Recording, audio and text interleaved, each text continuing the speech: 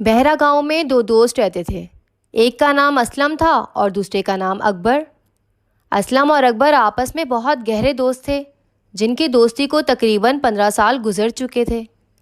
असलम बहुत बहादुर था और वहीं दूसरी तरफ अकबर बहुत डरपोक।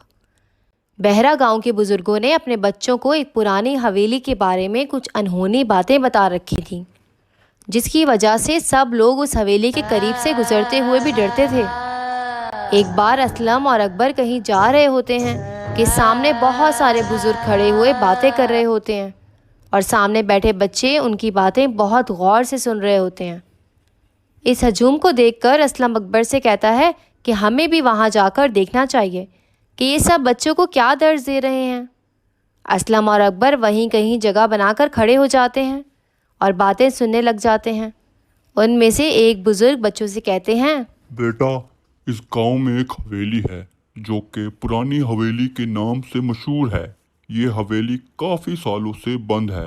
हाँ बेटा, उस हवेली के पास से जो गुज़रता है तो हवेली का दरवाज़ा खुद ब खुद खुल जाता है और फिर अंदर जाकर खुद ब खुद बंद हो जाता है, और फिर वो दरवाज़ा उस वक्त तक नहीं खुलता जब तक किसी एक बंदे की जान नहीं चली जाए। बुजुर्गों की ये बातें सुनकर सब बच्चे बहुत डर जाते हैं और उनकी बात से सहमत हो जाते हैं।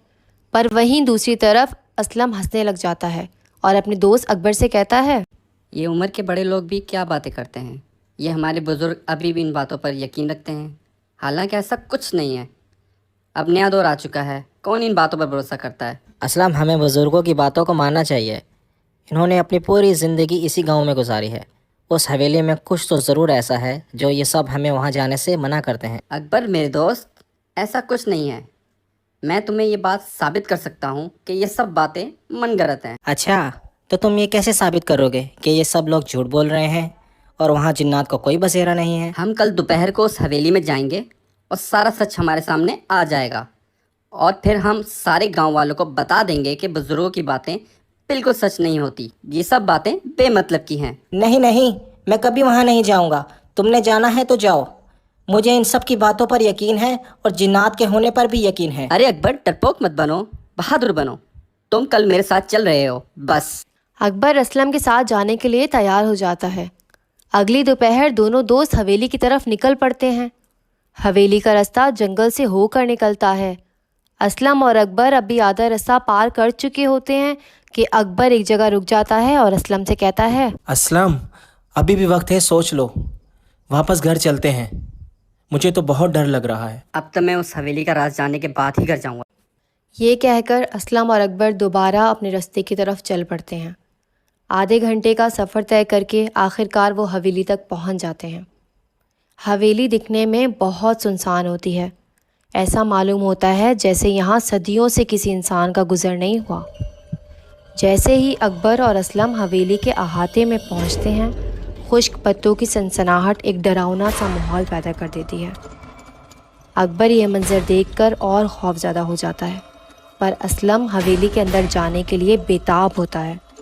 जैसे ही दोनों हवेली के दरवाज़े पर पहुंचते हैं तो दरवाज़ा खुद ब खुद खुल जाता है। असलम फ़ौरन अंदर जाने के लिए अपना पाँव बढ़ाता है कि अकबर उसे रोक देता है और कहता है, असलम, अंदर मत जाओ। तुम्हें याद है ना, एक बुज़ुर्ग ने कहा था इस हवेली का दरवाज़ा खुद ब खुद खुल जाता है और फिर खुद ब खुद बंद भी हो जाता है।